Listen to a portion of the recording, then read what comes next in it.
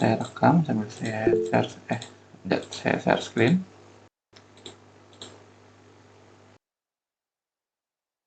Ya, sudah tampil ya. Saya kira sudah tampil seperti itu ya. Kita bisa mulai saja seperti itu. Untuk materi hari ini sebenarnya ya, tadi saya sudah bilang ini materi terakhir seperti itu ya. Saya kira untuk materi minggu lalu kan sudah kita bahas UML seperti itu ya.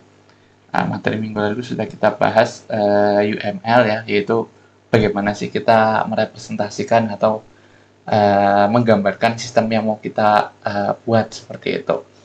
Nah, mungkin itu kalau materi kemarin bagaimana kita merepresentasikannya seperti itu, mendesainnya, desainnya seperti ini. Kemarin kita pakai kelas diagram ya, bagaimana kita menggambarkan struktur kelas ya pada untuk orang umum ya, untuk klien atau untuk yang di luar IT seperti itu. Nah, cuman di pertemuan kali ini saya akan jelaskan bagaimana sih prinsip-prinsipnya atau bagaimana kita bisa membangun desain yang baik seperti itu. Jadi seperti apa ya namanya, teknik ya atau engineering yang lainnya ya, tentunya ada suatu aturan-aturan tertentu seperti itu. Jadi ada suatu aturan tertentu. Kalau di sini adalah prinsip-prinsip yang harus kita ikuti seperti itu dalam membangun sistem ya. Sebenarnya kan prinsipnya membangun sistem, membangun rumah atau membangun bangunan itu kan sebenarnya prinsipnya serupa kayak gitu. Jadi harus ada aturan tertentu yang harus kita ikuti agar kalau bangunan tidak roboh ya. Sama seperti juga aplikasi kita harus mengikuti ada aturan tertentu agar aplikasi kita ya nggak rusak ya, nggak mudah dijebol seperti itu, atau kedepannya bisa terus digunakan terus menerus dengan mudah seperti itu. Jadi ada aturan-aturan tertentu. Jadi kalau minggu lalu kita sudah belajar apa representasinya ya, kalau minggu ini berarti kita belajar ya sudah ada representasinya, bagaimana sih kita mendesainnya seperti itu. Jadi pertemuan hari ini kita berbicara bagaimana mendesain ya. Kalau di sini tuh kita lihat istilahnya adalah solid principle ya, prinsip bagaimana kita nanti membangun software ya, bagaimana kita membangun aplikasi perangkat lunak ya, berdasarkan kalau kita lihat dari secara codingnya. Sebentar, ini kok pennya nggak mau. Nah, ini ya, ini solid principle ya. Jadi prinsip-prinsip apa saja ini? Solid ini adalah suatu singkatan ya, nanti akan kita jabarkan solid ini apa saja, yaitu adalah prinsip-prinsip ketika kita membangun suatu software agar desain kita baik seperti itu ya. Sama seperti engineering yang lainnya lah ya, kan tentunya ketika mendesain ada aturan tertentu ya. Misal kalau rumah harus ada pilarnya berapa seperti itu kan, agar rumah tidak mudah roboh ya, harus ada cakar ayamnya ya. Sama kita membangun software juga harus ada aturan-aturannya agar aplikasi kita bisa bertahan lama seperti itu. Nah, kita masuk ya. Jadi di pertemuan hari ini yang kita bicarakan adalah bagaimana mendesain sistem atau software yang baik seperti itu. Dari sini kita lihat dari secara kodenya ya, kita detail ke kodenya. Mungkin dari sudut pandang lain ada, cuman kalau di sini solid principle ini dari kita membangun kodenya seperti itu.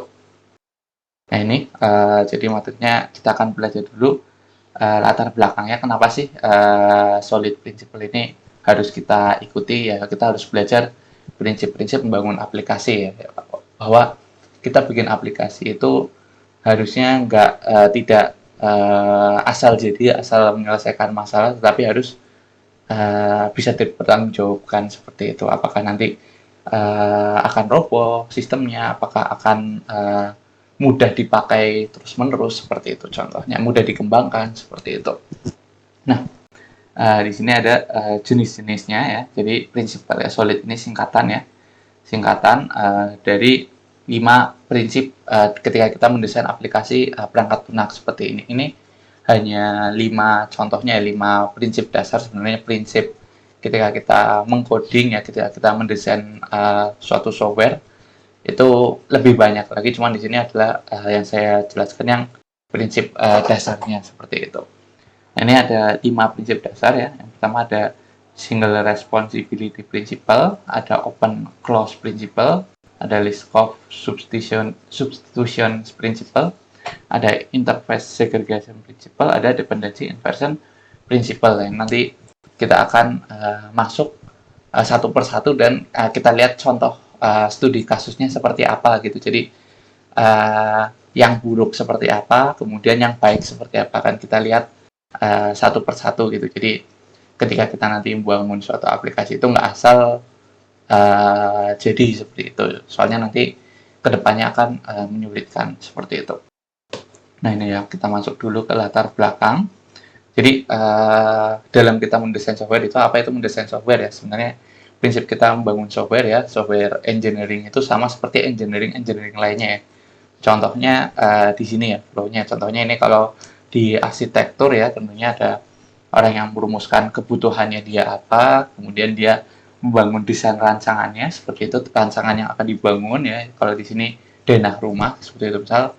Nah setelah itu masuk ke tahap teknis pembangunannya ya, sehingga nanti akhirnya rumahnya jadi seperti itu. Itu kalau di teknik arsitektur seperti atau sipil seperti itu.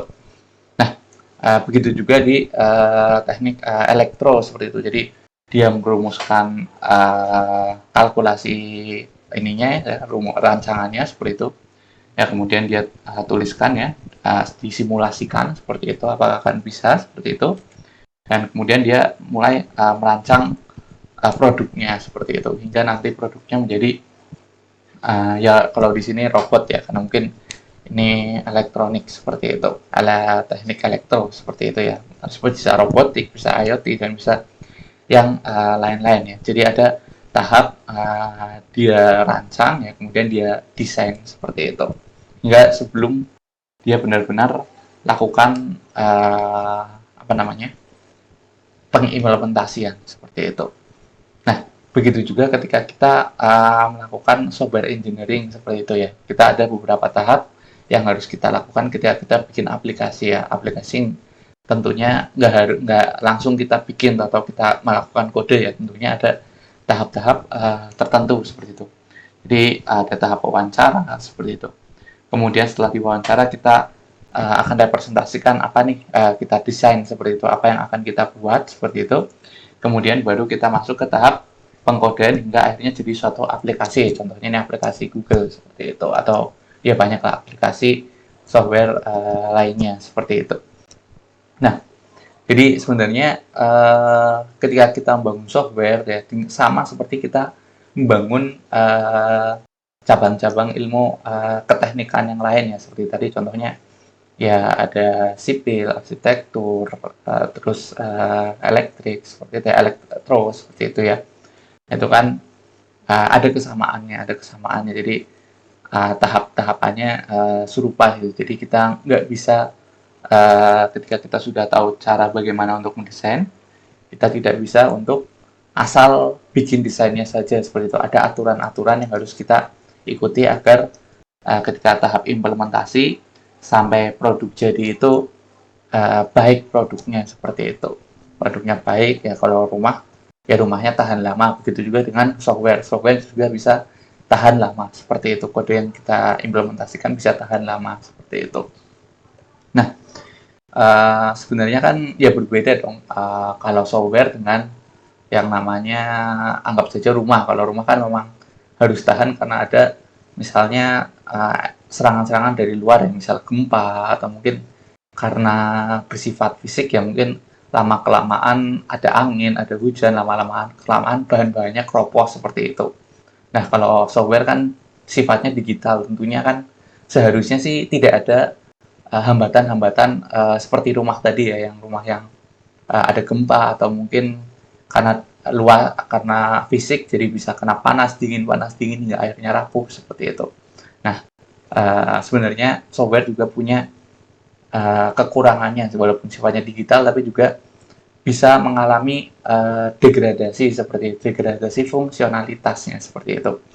Jadi ini oleh Martin Flower ya, ini diagramnya, yaitu berdasarkan waktu ya, seiring berjalannya waktu, fungsionalitas suatu program itu akan terus menurun seperti itu.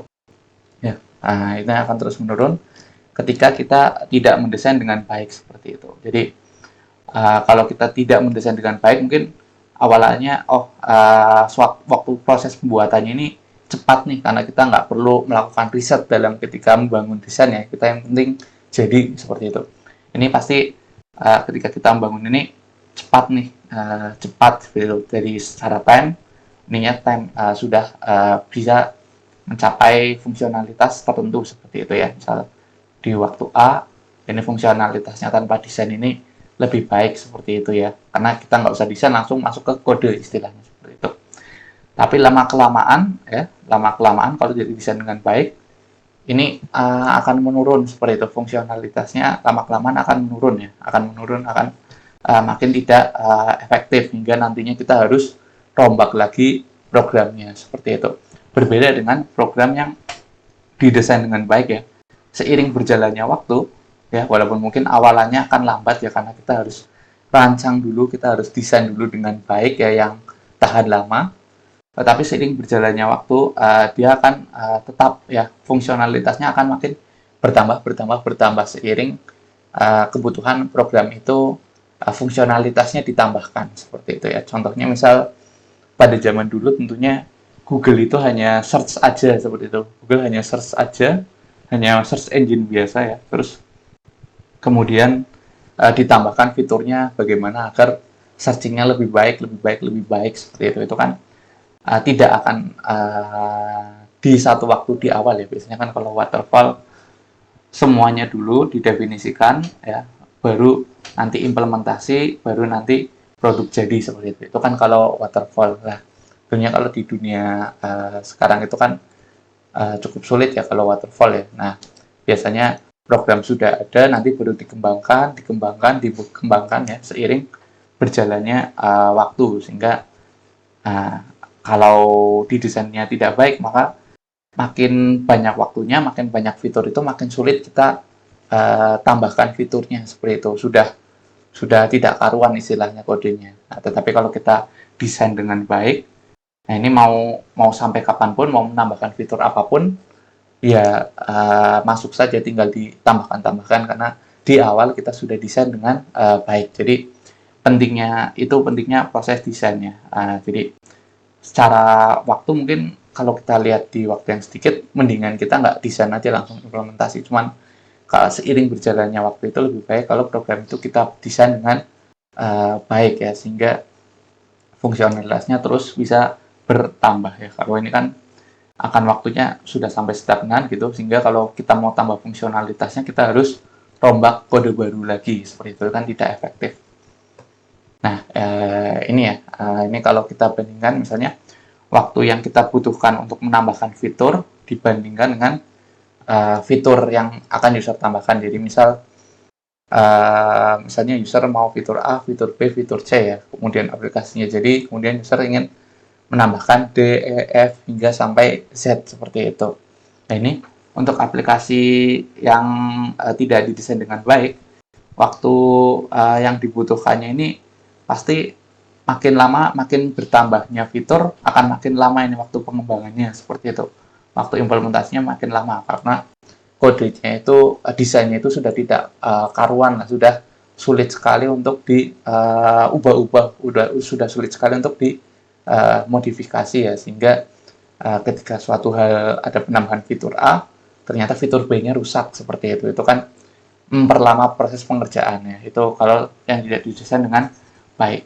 Tetapi kalau suatu software didesain dengan baik, ya maka waktu pengerjaannya ini teratur ya. Misal ini waktu pengerjaannya cukup banyak karena kita harus desain dengan baik ya. Kemudian kita implementasi, kemudian naik sedikit, kemudian naiknya konstan seperti itu. Jadi waktu pengerjaannya bertambah, cuman ya secara lebih teratur dibandingkan yang tidak didesain sama sekali seperti itu. Nah itu ya, jadi mengapa sih desain itu penting? Nah, sedangkan waktu itu sangat penting ya, waktu itu kan is money seperti itu istilahnya. Jadi Ini berpengaruh juga dengan nanti kalau di perusahaan itu tentunya ya keuangannya seperti itu. Jadi makin sedikit waktu yang dibutuhkan ya tentunya makin untung lah kalau secara perusahaan seperti itu. Jadi misalnya ada dua perusahaan yang berkembang di bidang yang sama yang bersaing, kalau waktu update-nya dia cepat, itu menambahkan fitur-fitur baru dengan cepat, yaitu yang akan dipakai banyak user ya. Misalnya ada perusahaan ojek A dan ojek B. Ya, kalau yang ojek B tidak didesain dengan baik seperti itu hingga waktu pengerjaannya lama. Nah, ini kalau A ini dikerjakan dengan baik hingga fiturnya sudah banyak, tentunya orang akan banyak yang pilih aplikasi ojek A seperti itu contohnya. Itu pentingnya kita ketika kita membangun aplikasi nggak asal langsung implementasi, tapi kita bisa desain dengan baik seperti itu. Nah, ciri-ciri desain yang buruk itu ya, ciri-ciri kode kita sudah mengalami apa istilahnya ya, penurunan kualitas itu terjadi kalau pertama adalah faktor rigidity seperti itu, yaitu desainnya sulit untuk dirubah dan kalau dirubah itu menyakitkan ya seperti itu. Jadi sudah sulit untuk dirubah, ya, kalau dirubah itu harus berpengaruh ke fitur-fitur lain, berpengaruh ke kebutuhan-kebutuhan lain. Nah itu kan desainnya buruk kayak gitu. Harusnya kalau kita mau tambahkan satu, ya yang lain nggak berpengaruh sehingga kita nggak bikin error-error lainnya. Cuman kalau ketika kita membangun desain berpengaruh ketika user mau ditambahkan fitur, ya itu berarti desain kita buruk seperti itu. Nah kemudian setiap perubahan membutuhkan pengubahan modul lain ya ini ya. Mau rubah A, B ikut berubah, C ikut berubah, D ikut berubah seperti itu. Itu kan nggak praktis, harusnya kita bisa rubah A saja, tapi malah kita rubah sampai D seperti itu tidak baik. Nah, kemudian skup perubahan tidak dapat diprediksi ya. Jadi misalnya kita punya fitur A, B, C seperti itu. Nah, ini klien ingin merubah fitur A seperti itu. Nah, ternyata ketika kita sudah dalam prakteknya desain A merubah desain B, merubah desain C seperti itu kan tidak dapat diprediksi ya karena kaku, karena bergantung seperti itu. Nah, yang baik itu kalau kita rubah A, ya B sama C ini tidak berpengaruh seperti itu tetap. Jadi kita fokus perubahannya hanya ada di A saja seperti itu. Itu untuk salah satu ciri ya, salah satu faktornya yaitu rigidity. Kemudian yang kedua adalah fragility seperti itu. Yaitu desainnya kita akan mudah rusak seperti itu. Desainnya kita mudah rusak ya karena penambahan fitur hingga rusak seperti itu. Kita harus rubah-rubah terus menerus seperti itu ya. Kemudian dan juga tidak dapat diprediksi efek dari suatu perubahan. Nah, fragile itu jadi kalau kita rubah A, kita nggak tahu nih apakah akan berpengaruh juga ke B, akan berpengaruh juga ke C, apakah berpengaruh ke D seperti itu. Pengaruhnya apa nggak bisa kita prediksi, jadi harus kita coba satu persatu ada efeknya enggak, itu kan nggak praktis seperti itu. Nah, kemudian immobility yaitu desain yang sulit digunakan kembali seperti itu.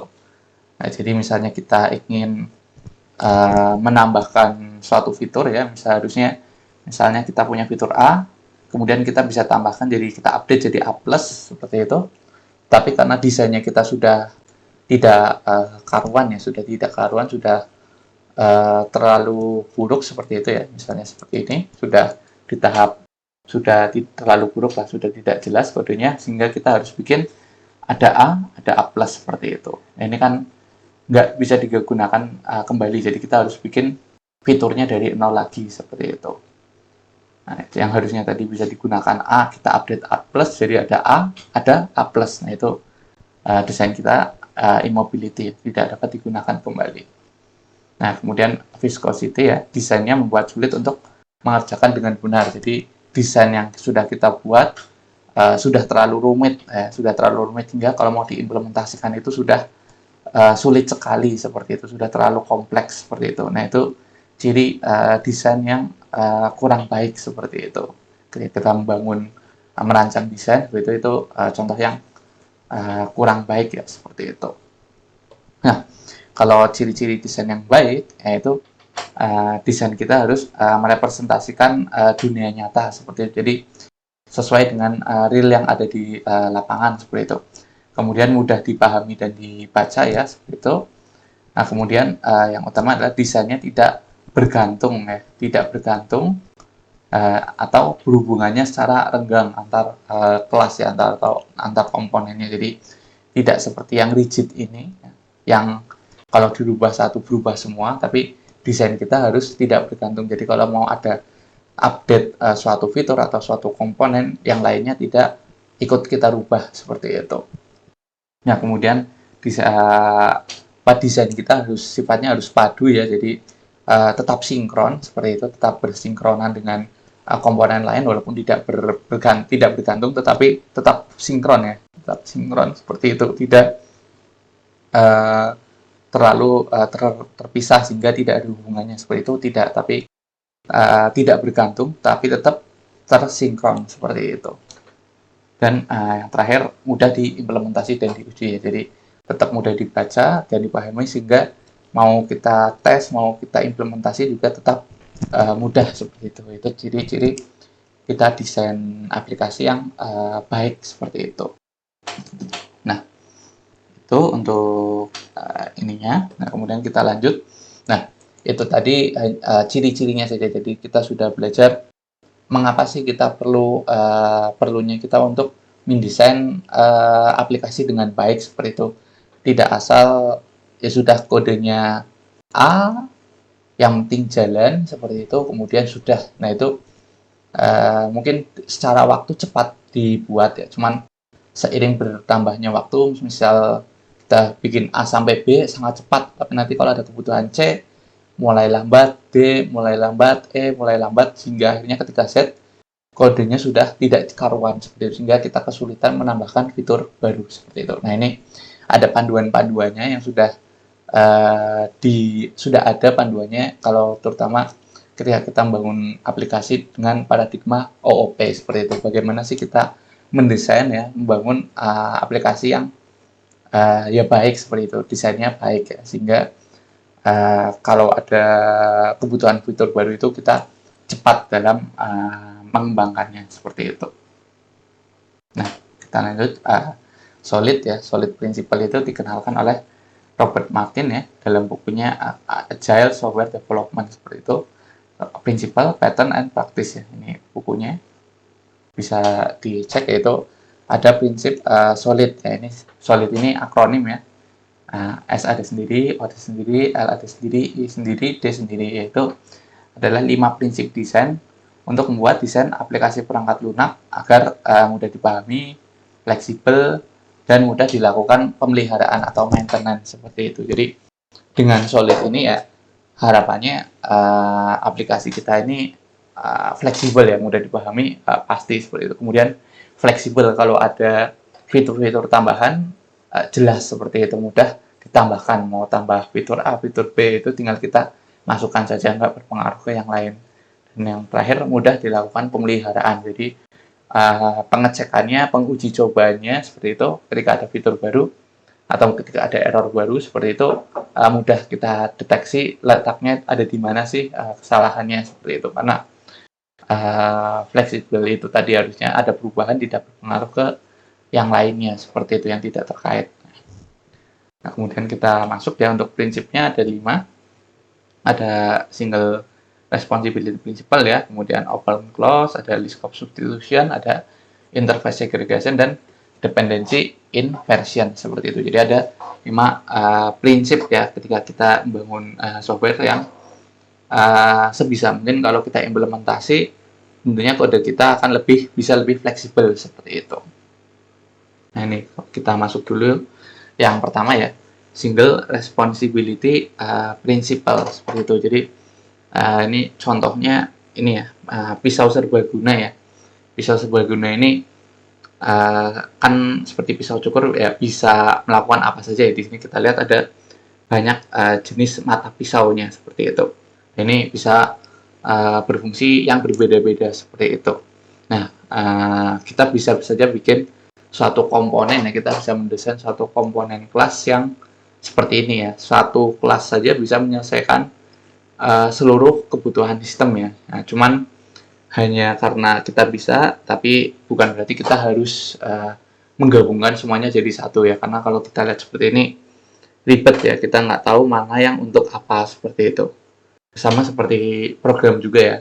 Kalau hanya satu tapi untuk semuanya, kita malah nantinya yang bingung ya. Malah kita yang akan nantinya bingung ketika kita akan melakukan testing, pemeliharaan kalau ada error atau mungkin ada update seperti itu. Nah, jadi prinsip single responsibility ini, setiap objek itu harus hanya memiliki satu tanggung jawab saja ya. Dan tanggung jawab itu harus terenkapsulasi oleh kelas enkapsulasi sudah kita pelajari ya. Tapi intinya adalah suatu objek itu tanggung jawabnya hanya satu hal saja, hanya satu masalah saja ya. Nah, jadi ini contoh lainnya adalah kelas seharusnya memiliki satu tanggung jawab saja, masih sama ya. Jadi objek maupun kelas ini tanggung jawabnya itu hanya satu dan satu alasan untuk berubah. Jadi kalau kita mau rubah, yaitu yang kita rubah juga hanya satu alasan saja seperti itu. Jadi nggak bertambah seperti itu. Yang tadinya hanya satu tanggung jawab jadi dua tanggung jawab seperti itu. Nah, kemudian perubahan pada kelas tidak memaksa programmer untuk merubah kelas lainnya. Jadi karena single responsibility principle ini, ketika kita mau merubah suatu komponen ya, suatu komponen pada kode kita tidak perlu merubah kelas lainnya seperti itu, karena tanggung jawabnya spesifik ya, hanya ada di satu kelas tersebut seperti itu.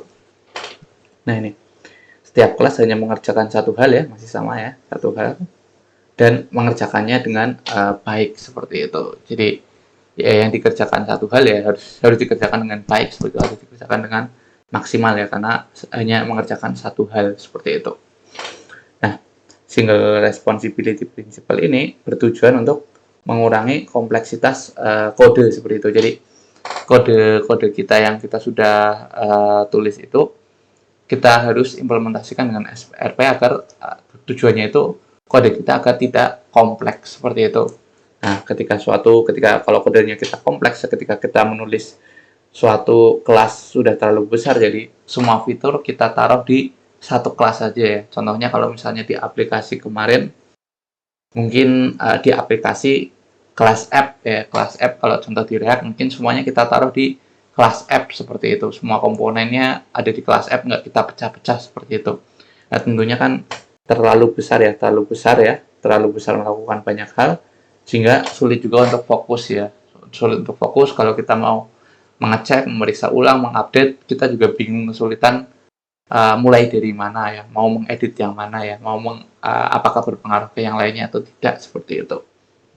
Nah, maka perlu ini kita untuk membagi kelas menjadi beberapa kelas seperti itu. Jadi kalau prinsip single responsibility principle itu, satu kelas yang besar itu harus kita pecah jadi beberapa kelas-kelas yang lebih kecil seperti itu. Jadi agar tidak terlalu kompleks dan kita mudah dalam memahami tujuan kelasnya seperti itu.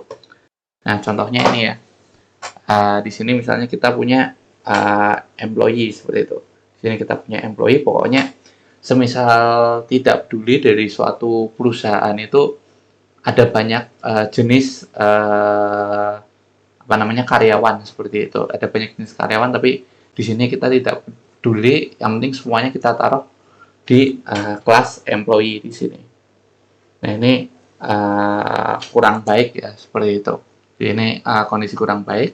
Yang baiknya adalah kita bisa spesifikkan ya di sini, yaitu ada employee yang sifatnya teknis seperti itu dan karyawan yang finance ya. Karena mengapa kita bedakan? Karena mungkin dalam mereka menghitung gaji caranya berbeda, dalam menghitung jam pekerjaan mungkin berbeda pula seperti itu. Jadi kalau hanya satu ini terlalu bersifat umum ya, ini nggak jelas employee-nya ini untuk siapa. Nah, tetapi kalau ini single responsibility, di sini sudah dari namanya sudah jelas. Oh, di sini adalah kelas untuk bertanggung jawab karyawan yang bersifat teknis, dan ini yang bersifat finance. Ini adalah desain yang lebih baik dibandingkan yang di atas seperti itu. Nah, ini ya, ini lebih baik seperti itu. Jadi yang baik seperti ini, yang di bawah seperti itu. Nah, ini untuk implementasinya, contohnya ya. Kemudian ada lagi, nah ini contoh lainnya, misal kita punya suatu kelas untuk mengelola service setting ya. Misalnya kita buka aplikasi atau aplikasi web seperti itu kan biasanya kita mau update email seperti itu ya, mau ada update email seperti itu. Nah, di sini misalnya awalnya kita desain ketika kita mau update emailnya, ada kelas user setting ya. Di sini dia bisa update email dan dia memastikan bahwa diakses oleh user yang benar seperti itu. Nah, ini berarti sudah termasuk satu kelas ini punya dua tujuan yang berbeda seperti itu. Yang pertama tujuan untuk mengganti emailnya, dan yang kedua adalah tujuan untuk memeriksa apakah dia memiliki akses yang benar atau tidak seperti itu. Ini kan sudah ada dua tujuannya. Nah, ini bisa kita pecah seperti itu, bahwa oh ini tujuannya adalah untuk mengganti email saja seperti itu. Dan ini berkaitan dengan keamanan user loginnya seperti itu, bisa kita pecah seperti itu. Nah, ini lebih baik seperti itu. Untuk single responsibility principle, jadi prinsip di mana satu kelas ya tujuannya hanya satu saja seperti itu, nggak usah banyak-banyak ya seperti itu. Yang penting tujuannya itu sama seperti itu. Masih sinkron ya. Kalau ini kan sudah antara mengganti email sama cek akses ke database itu kan sudah berbeda konsep ya, berbeda modul istilahnya seperti itu, sehingga kita bisa pisahkan saja seperti itu. Nah, contoh lainnya yaitu misalnya ini ada suatu kelas karyawan ya, karyawan punya atribut nama seperti itu, dia bisa get nama ya karena ini terenkapsulasi. Nah, misalnya ini karyawan bisa melakukan print laporan waktu kerja, misal print timesheet report seperti itu. Nah, ini kan tidak sama ya, bahwa apa yang harus dilakukan oleh employee dengan apa itu entitas employee seperti itu. Ini kan berarti sudah melanggar satu tujuan seperti itu. Padahal tujuannya kelas employee adalah mendeskripsikan karyawan seperti itu. Tapi di sini melakukan suatu tujuan baru, yaitu melakukan printing seperti itu. Nah, ini kan sudah tidak sinkron, sehingga kita bisa pecah di sini ya menjadi suatu kelas baru, yaitu suatu laporan timesheet ya yang bisa di-print oleh employee seperti itu. Dimana ini adalah employee yaitu punya nama dan bisa di-get namanya seperti itu. Nah, ini contoh single responsibility ya. Jadi intinya sederhananya sih kalau single responsibility sih, kalau kita sudah desain ya, terus apa yang kita deskripsikan, entitas yang coba kita deskripsikan itu sudah tidak memiliki satu tujuan saja ya, sudah ada beberapa tujuan, bisa kita pecah ya, sehingga lebih simpel komponennya, itu lebih simpel, bisa digunakan di mana-mana seperti itu. Nah, kalau ini kan employee-nya bisa employee teknis, bisa employee finance, bisa misal part-time seperti itu ya, sama seperti yang di awal ini. Kita bisa buat seperti ini, dimana barangkali technical nggak butuh timesheet, tapi finance butuh timesheet, misal butuh laporan seperti itu. OB, ya misalnya ada OB kan nggak butuh bikin laporan seperti itu sehingga OB-nya nggak perlu kita masukkan timesheet. Itu kan kalau di sini kan berarti OB juga bisa melakukan printing timesheet, itu kan tidak perlu seperti itu. Jadi kalau kita pecah-pecah seperti ini lebih sesuai seperti itu. Kalau ada penambahan fitur, kalau contoh tadi misalnya kalau di awal ini semua employee ya semuanya karyawan, tetapi misalnya penambahan fitur kedua, fitur B, oh karyawannya kita detailkan, setiap karyawan punya program kerjanya atau pekerjaannya itu sendiri-sendiri, berbeda-beda. Nah, itu kan kalau ini kita mudah ya, ini employee ya kita bisa pecah-pecah, ada teknis, ada finance, ada OB gitu, misal ada part-time, dan nanti kerjanya apa saja sendiri-sendiri kan lebih mudah dibandingkan kalau ini yang kita pecah semuanya masih bisa melakukan print timesheet. Nah, itu kan kurang baik ya, seperti itu. Harus kita rubah lagi nantinya. Nggak bisa kita tambahkan saja fiturnya. Yaitu untuk yang single responsibility principle. Jadi prinsipnya ya itu lagi ya. Intinya satu kelas dan satu tujuan, seperti itu. Nah, contoh pelanggarannya itu pelanggaran pada prinsip SRP ini ada flag yang bertipe boolean gitu. Jadi ada suatu variabel atribut penandanya, misal apakah misalnya kita punya apakah misal karyawan ini apakah dia karyawan finance, apakah dia karyawan teknikal. Ini kalau misalnya ada suatu atribut jenis karyawan di sini, ini berarti sudah melanggar karena ada suatu flag-nya, seperti itu. Nah, kemudian nama kelas yang sulit ya, nama kelas yang sulit. Ini karena mungkin sifatnya terlalu umum, yaitu juga ciri-cirinya. Jadi kalau kita bikin kelas kok namanya sulit ya, terlalu umum, tidak menggambarkan satu pekerjaan tertentu, yaitu berarti mungkin kita melanggar single responsibility principle tanpa kita sadari, seperti itu. Nah, kemudian yang ketiga, ketika kelas kita ukurannya sudah besar, seperti itu. Jadi kalau kita bikin kode kok misalnya sampai ketika kita desain ini cukup besar, seperti itu ya, atributnya banyak, metodenya banyak, ternyata ketika kita tuliskan di kode sampai mungkin 1000 baris atau berapa ribu, itu sudah cukup besar, mungkin itu seharusnya kita pecah, seperti itu. Seharusnya bisa kita pisahkan ke banyak kelas, seperti itu. Kemudian ketika kode kita nantinya sulit untuk dilakukan suatu tes, seperti itu. Jadi kalau nanti ketika membuat aplikasi tentunya ada testing, seperti itu ya, memeriksa unit test, yang memeriksa tes komponen, seperti itu. Kalau ketika nantinya sulit untuk dilakukan testing, ya berarti itu kelas kita sudah terlalu besar, sudah terlalu kompleks. Seharusnya kelas itu ya mungkin hanya testing fungsi-fungsi tertentu saja, misalnya fungsi change password, kayak gitu ya, berarti kan hanya mengganti password saja yang diuji, tidak sampai yang kompleks-kompleks, betul, mengganti password, kemudian lupa password, mengirim email dan lain-lainnya. Itu kan suatu tujuan yang berbeda-beda, seperti itu. Nah, ini untuk single responsibility principle, seperti itu. Nah, namun kalau kita ada kelemahannya nih, kalau kita mengimplementasi single responsibility, kelemahannya itu nanti kelas kita akan sangat banyak sekali di programnya, seperti itu.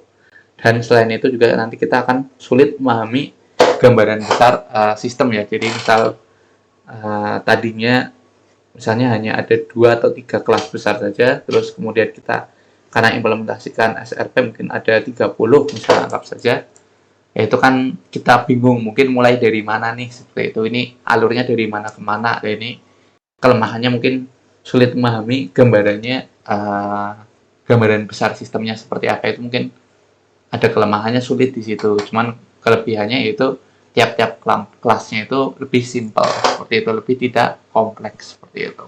Jadi ada kelebihan kekurangannya lah, seperti itu. Nah, namun kelebihannya itu tadi, kelebihannya itu reusable ya. SRP ini reusable, jadi bisa digunakan kembali ya. Contohnya kalau di sini ketika kita desainnya seperti ini, ada employee, ada technical, finance, ya. Kemudian nanti ada karyawan baru, misal ini OB, tinggal kita tambahkan saja. Mungkin ini ada part-timer. Nah, ini kita tambahkan. Misalnya nanti ada intern, seperti itu. Intern, nah, kita tambahkan. Nah, ini kan praktis ya. Praktis kita bisa tambahkan saja komponen desainnya, seperti itu. Nggak harus kita ubah-ubah ya. Misal ubah-ubah di sini ya. Misalnya part-timer bisa seperti itu, fitur tambahan kita nggak harus tambahkan di sini, tapi kita tambahkan saja di sini. Sama seperti metode pada inheritance, seperti itu. Ini karena prinsip inheritance, seperti itu. Nah, itu contohnya ya untuk single responsibility principle. Sebenarnya sih sederhana intinya. Kalau SRP ini satu kelas hanya satu tujuan, intinya itu ketika kita membuat kode atau mendesain kode itu agar tidak kompleks seperti itu. Kita harus tahu tujuan kelas ini apa dan hanya itu saja seperti itu. Tidak yang untuk kelas itu tidak digunakan untuk tujuan-tujuan yang lain seperti itu. Kalau ada tujuan lain kita pecah dan kita bikin kelas baru seperti itu. Nah ini agar usable, jelas ya, penamaannya juga jelas ya. Contohnya ini jelas ya, timesheet report yang bisa di print ini kan jelas seperti itu. Ini user setting dan ini adalah security seperti itu. Ini kan penamaannya jelas seperti itu. Nah itu kemudian mudah dibaca kodenya seperti itu. Ini juga kelebihannya kodenya karena tidak kompleks ya, mudah dibaca. Jadi itu prinsip pertama ketika kita mendesain suatu software seperti itu. Jadi komponennya harus tujuannya sederhana mungkin ya, hanya satu saja seperti itu. Itu untuk prinsip pertama. Kemudian prinsip kedua adalah open close seperti itu. Open close ini adalah seharusnya sebuah model halnya didesain untuk terbuka untuk penambahan ya.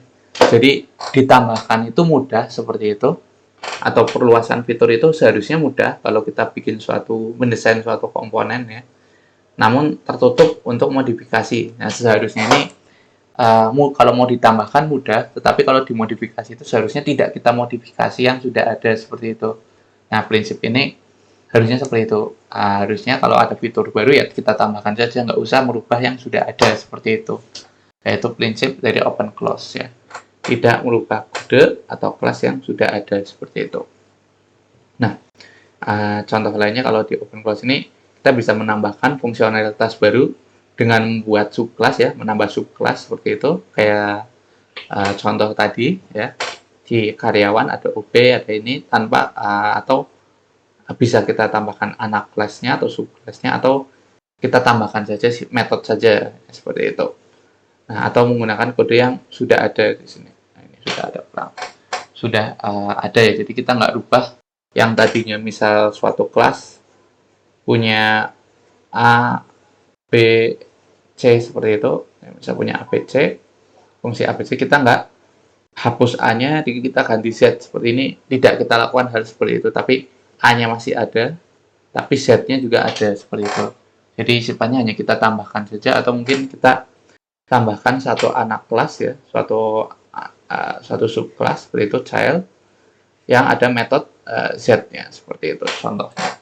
Nah, ini solusinya bisa seperti itu prinsipnya. Jadi prinsip tidak mengubah kode yang sudah diimplementasi seperti itu. Nah ini karena kalau kita misalnya tadi ada A di sini, kemudian kita hapus A-nya, kemudian kita ganti menjadi Z, nah ini memungkinkan adanya error baru. Nah dengan OJP ini maka kita coba hindarkan dari error baru seperti itu. Kadang-kadang kan ada ya, karena kita sudah lupa, kita rasa itu tidak dipakai, ketika kita ganti, ternyata sistemnya malah error. Ternyata metode itu yang kita modifikasi dipakai di suatu tempat yang kita nggak tahu di mana, seperti itu. Nah itu jadi lebih baik kalau kita tambahkan, kita luaskan, tetapi tidak kita modifikasi seperti itu. Jadi yang sudah ada ya, karena riskan menciptakan error baru seperti itu. Itu dari yang open close principle seperti itu. Nah ini ya contohnya kita punya suatu simpanan data untuk atau entitas ya ini, atau kelas berupa entitas untuk mendeskripsikan suatu programmer seperti itu. Nah misalnya di suatu data programmer ini ada nama, posisi, bahasa, hobi, edukasi, tempat kerja. Nah ini misal kita ingin urutkan data programmernya seperti itu. Misalnya kita ingin urutkan data programmer, ya kita bisa bikin sebuah kelas baru saja seperti itu, yang adalah untuk memfilter ya, filter atau sort ya. Kalau ini filter ya, kalau sort berarti ini ada lagi sort. Kalau ini adalah filter, misalnya filter by name. Jadi kita hanya pilih, kita seleksi yang namanya misal depannya A seperti itu, atau depannya B seperti itu, atau mungkin kita filter berdasarkan bahasa tertentu ya, atau mungkin kita filter berdasarkan hobi tertentu. Nah ini kan kalau kita sudah open close seperti ini, kita tinggal tambahkan saja kan di sini. Filter berdasarkan ketika misal ada kebutuhan berdasarkan tempat kerja seperti itu kan, tinggal kita tambahkan open untuk penambahannya, tetapi close yaitu kita tidak langsung ubah di sini seperti itu, atau kita hapus kemudian ketik lagi, tidak, tapi kita tambahkan seperti itu. Itu prinsip dari open close seperti itu. Atau mungkin ini ya, contohnya mungkin ini kalau di MS Paint seperti itu, Microsoft Paint di sini misalnya ada suatu kelas untuk menggambar lingkaran, menggambar kotak, menggambar mungkin bentuk-bentuk lain seperti itu, yaitu shape seperti itu. Nah, ini ribet nih.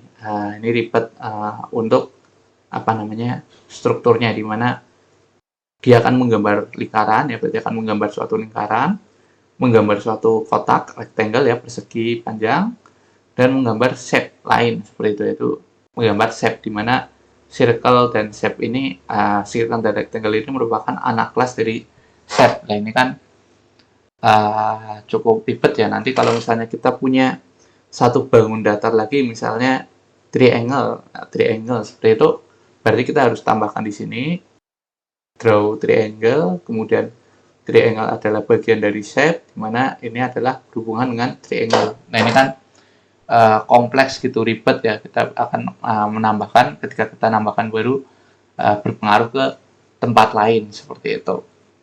Nah, ini berarti desainnya kurang baik. Lebih baik lagi kalau misal seperti ini, dimana kita hanya cukup draw shape saja, menggambar suatu bentuk ya di graphic editor. Nah, kemudian di kelas shape ini dia bisa menggambar. Nah, dimana kalau circle yang menggambar circle, rectangle yang menggambar rectangle seperti itu. Masing-masing ada fungsinya. Jadi kalau mau kita ada tambah fitur baru, bisa menggambar triangle. Nah, ini kita tinggal tambahkan saja objeknya, tambahkan saja kelasnya ke subclass ya, dihubungkan dengan subclass, dan kemudian dia bisa definisikan bagaimana cara menggambarnya seperti itu. Ini kan lebih praktis ya, nggak merubah yang lain-lain ya, kita nggak merubah di sini, kita nggak harus tambahkan juga di sini seperti itu. Nah, itu. Jadi ini lebih praktis, ini lebih menggambarkan open close principle seperti itu. Nah, ini atau mungkin ini contohnya ya. Contoh lainnya ini ketika kita ada order. Nah, kemudian ini ada suatu properti, ada itemnya apa, kemudian metode shippingnya seperti itu. Nah, kemudian untuk menghitung biaya shipping, dia harus mengecek apakah ini ground ataukah untuk perjalanan darat saja atau butuh perjalanan lewat udara, di mana yang masing-masing cara menghitungnya berbeda seperti itu. Ini kan cara menghitungnya berbeda. Nah, ini bayangkan kalau misal ada penambahan fitur, ada tanah, udara, kemudian laut seperti itu. Berarti kan dia harus merubah kelas ini. Dia harus merubah metode ini ya. Jadi harus ada if shipping water seperti itu ya. Misalnya shipping laut atau by sea seperti itu. Itu kan prinsipnya kita merubah yang sudah ada, kode yang sudah ada. Nah, ini kan tidak mengikuti prinsip open close. Nah, ini seharusnya kita bisa mengikuti prinsip open close ya, hanya dengan mengimplement interface saja seperti itu di sini contohnya. Dimana di sini ada get cost, get date. Nah, ini kita bisa pecah jadi kelas baru nih, ground dan air ya, dimana kalau ground hitungnya seperti apa, air hitungnya seperti apa, nanti tinggal kita panggil di order. Jadi kalau kita mau tinggal tambah C, berarti ya kita tambah saja di sini C seperti itu. Nah, ini berarti ini get data, get cost, get date. Kemudian ini mengimplementasi interface. Nah, ini kan lebih sederhana seperti itu. Menambahkan komponen-komponen baru, fitur-fitur baru itu lebih fleksibel seperti itu. Karena tidak merubah yang sudah ada. Ini barangkali kalau ini kita tambahkan di sini ground, berpengaruh ke yang sudah ada, atau kita tambahkan water tadi berpengaruh ke yang sudah ada, kan mungkin saja seperti itu. Nah, kalau ini lebih praktis istilahnya seperti itu. Nah, itu ya untuk prinsip open close principle. Kita lanjut lagi.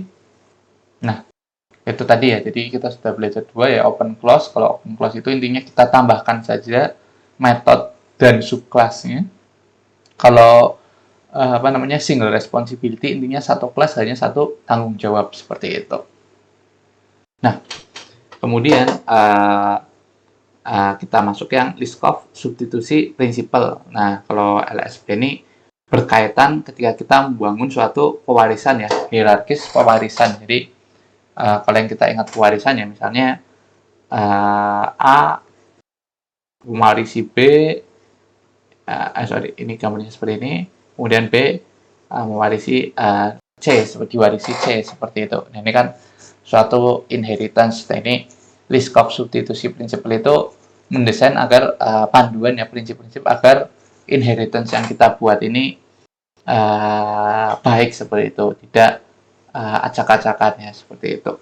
Di mana prinsipnya ini adalah dalam mendesain kelas, semua subkelasnya atau semua anaknya, semua kelas turunannya itu harus beroperasi dengan sifat yang sama dengan kelas orang tuanya. Jadi tingkah lakunya harus sama, seperti itu. Jadi misal kelas A punya metode A, misalnya metode hitung, kembaliannya adalah berupa number.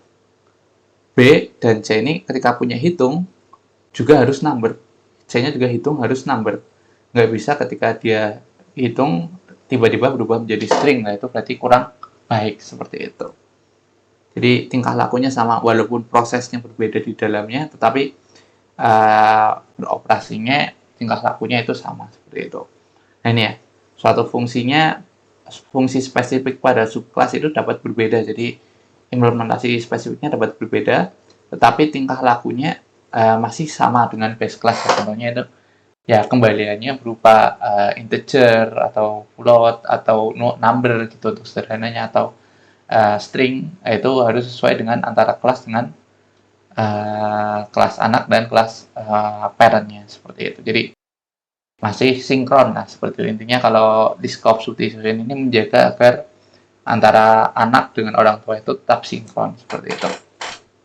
Nah, ini subclass tidak hanya mengimplementasi metode dan properties base class, namun juga mengimplementasi interface-nya, seperti itu. Jadi yang diwarisi pada subclass ini kan tidak hanya metode dan properti ya, tapi juga interface, seperti itu, yang oleh orang tua. Jadi kita harus perhatikan agar kita tidak mengimplementasi interface yang tidak perlu, seperti itu. Ini ya, ketika extend class perlu diingat, objek subclass itu harus dapat menggantikan objek parent class tanpa merusak kode yang sudah ada. Jadi ciri-cirinya kita memenuhi prinsip list of substitusi ini kalau kita punya objek parent dan child ya, turun objek dari parent dan objek dari child ya. Kalau kita itu bisa saling menggantikan, misalnya parent titik hitung. Nah, ini child juga bisa hitung. Nah, ini kedua-duanya ini karena bisa dipanggil dengan hitung, ini maka tidak akan merusak kodenya. Nah, ini contohnya. Tapi kalau misalnya parent adalah hitung A, child adalah hitung B, ini kan sudah tidak sama. Ini sudah tidak bisa saling menggantikan, seperti itu contohnya. Jadi kalau kita ganti variabelnya aja ini dan kodenya masih jalan, itu berarti kita sudah baiklah mengimplementasikan list of substitusinya, seperti itu. Nah, ini ya contohnya, ini sama seperti tadi ya, ini yang graphic editor. Ini dia bisa jadi satu disubstitusi, seperti itu untuk draw-nya, seperti itu. Dia bisa draw, di sini masih draw, di sini juga masih draw, seperti itu. Nah, sebentar ini ya. Nah, ini juga yang lainnya. Contohnya ini ya, ada animal, ada cat, ada bengal cat, seperti itu. Nah, ini ada kita punya misal inheritance seperti ini ya.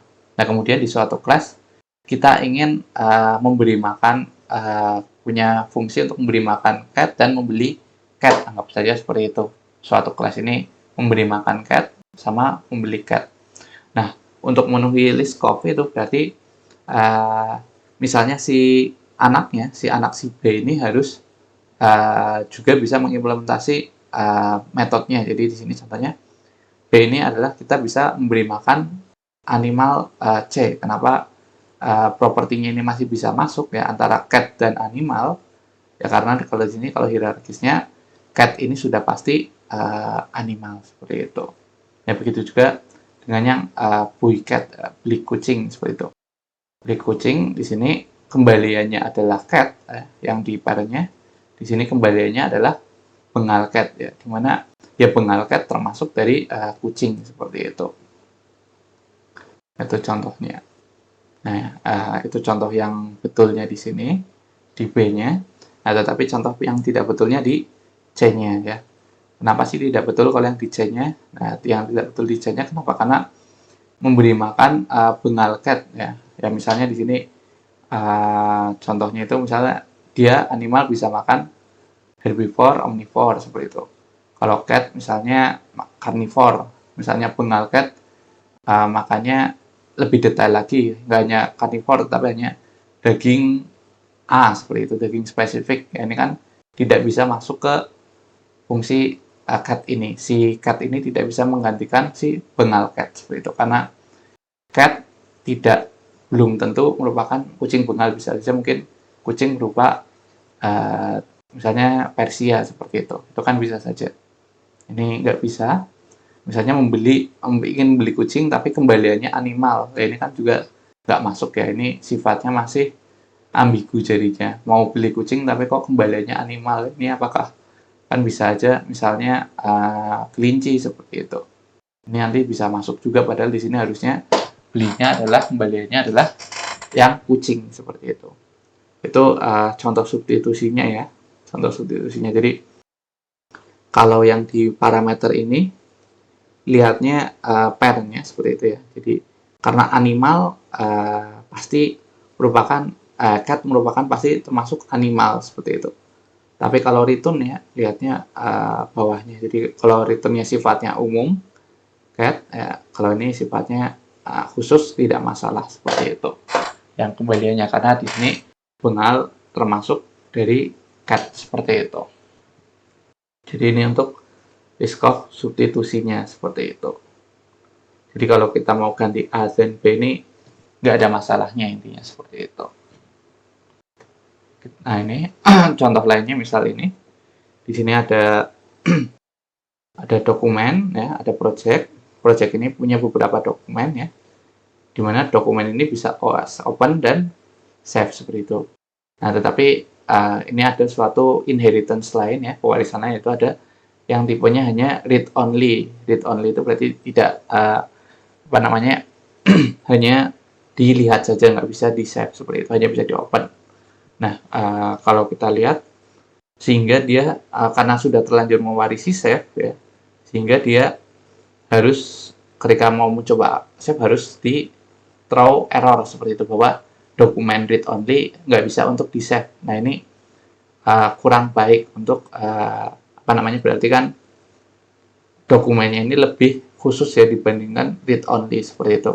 Ini lebih baik kalau kita desainnya seperti ini. Jadi dokumen hanya bisa dibuka, tetapi ada yang bisa di save seperti itu. Nah ini kan tidak ada suatu metode yang kita buat menjadi throw exception ini, yang metode yang kita matikan seperti itu kan nggak ada. Kalau ini kan semua metodenya kepake, open kepake, save-nya juga bisa seperti itu. Nah itu ya contohnya. Nah kita lanjut. Nah ini LSP penting karena tanpa LSP hierarki kelasnya akan berantakan seperti itu. Kalau kayak ini ya. Kalau ini kan berarti dokumen ini sifatnya kayak sudah detail. Read only dokumen ini lebih umum. Nah ini kan hierarkinya kebalik. Kalau ini kan lebih pas gitu. Kalau dokumen itu umumnya dokumen bisa apa saja. Kemudian yang khususnya adalah dokumen bisa di save seperti itu. Nah itu contohnya ya, risk of substitution principle. Jadi tanpa LSP hierarki kelasnya ini berantakan, nanti kita bikin nggak jelas ini. Mungkin kalau kita contoh dengan nyatanya kan gampang ya, animal, kucing, bengal cat seperti itu gampang. Cuma kan kalau seperti ini dokumen, writable dokumen, kemudian ada read only dokumen. Nah, ini kan cukup sulit ya. Ternyata di sini dokumen lebih umum seperti itu. Kalau di sini dokumennya khusus seperti itu, sifatnya dibandingkan read only dokumen. Nah, itu kan tidak secara terlihat langsung kelihatan mana yang umum, mana yang khususnya seperti itu. Nah, itu untuk yang Liskov substitution principle ya. Ciri-cirinya kalau kita melanggar LSP, ciri-ciri pelanggaran ya, pelanggaran LSP ini kelas turunan mengerjakan hal yang lebih sedikit dibandingkan base class. Ini contoh bahwa kita hierarkinya kebalik nih.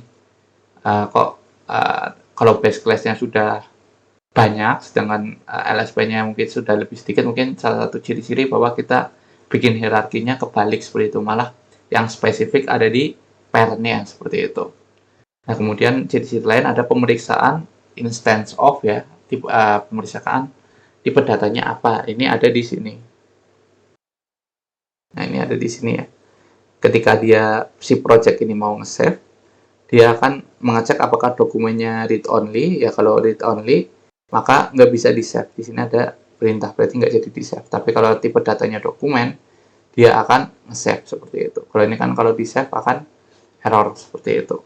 Ini ada pemeriksaan instant of. Jadi kalau kita ketika membangun kode perlu kita periksa tipe datanya, tipe kelasnya, itu berarti kita hierarkinya kebalik seperti itu.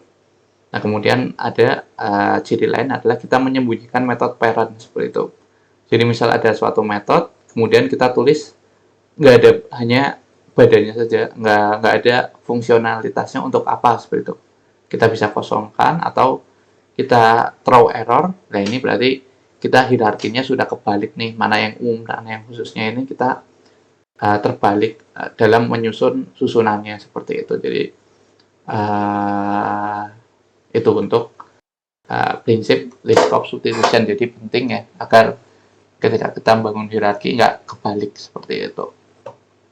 Nah, yang lainnya adalah interface segregasi. Kalau interface segregasi ini bagaimana kita membangun interface-nya seperti itu ya. Kalau tadi Liskov substitution itu membangun inheritance-nya, kalau interface segregasi ini membangun interface-nya seperti itu, bagaimana membangun komponen interface.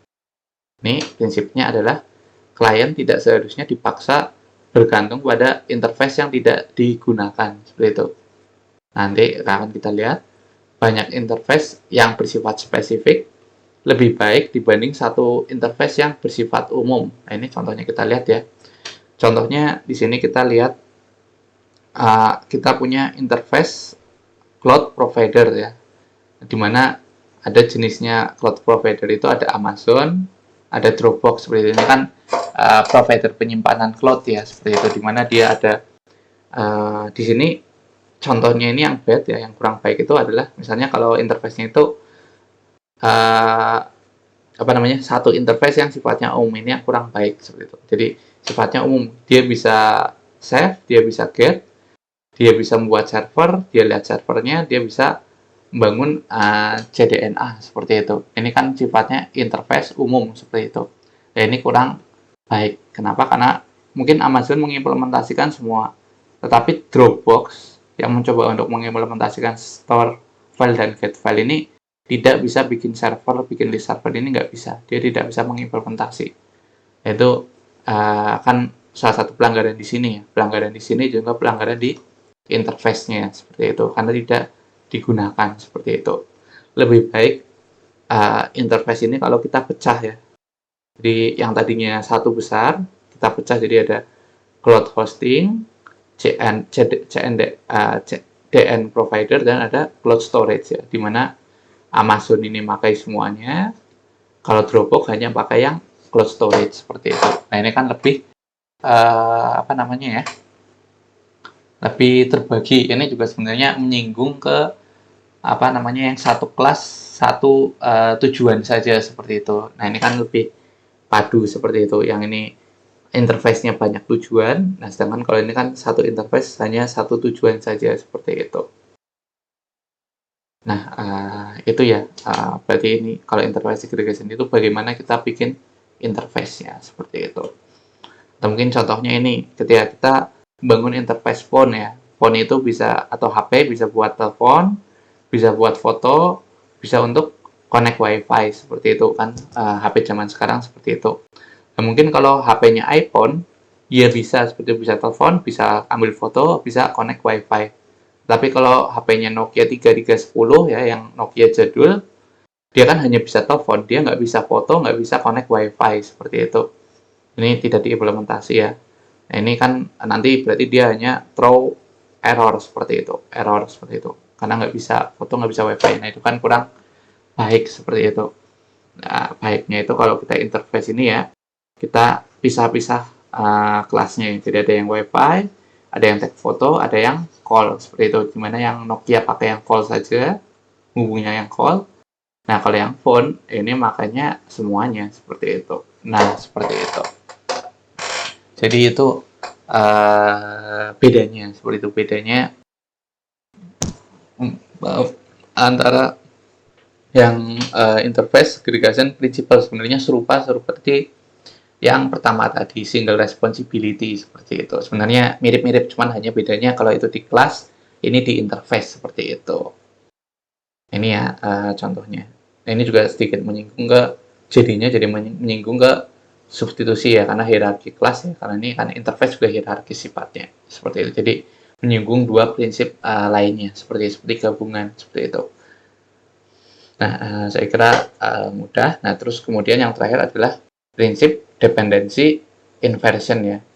Ini jadi kelas yang sifatnya high level, yang sifatnya yang sifatnya high level ya. Jadi kalau high level itu istilahnya adalah tingkat abstraksinya tinggi, atau mungkin kalau kita istilahnya bahasa pemrograman itu, bahasa mesin itu low level, tetapi bahasa JavaScript itu high level karena lebih mudah dipahami, lebih sifatnya lebih umum. Kalau bahasa mesin kan lebih khusus, seperti itu. Nah, jadi ini kelas-kelas high level seharusnya tidak bergantung pada kelas-kelas low level ya, atau kelas-kelas yang sudah detail.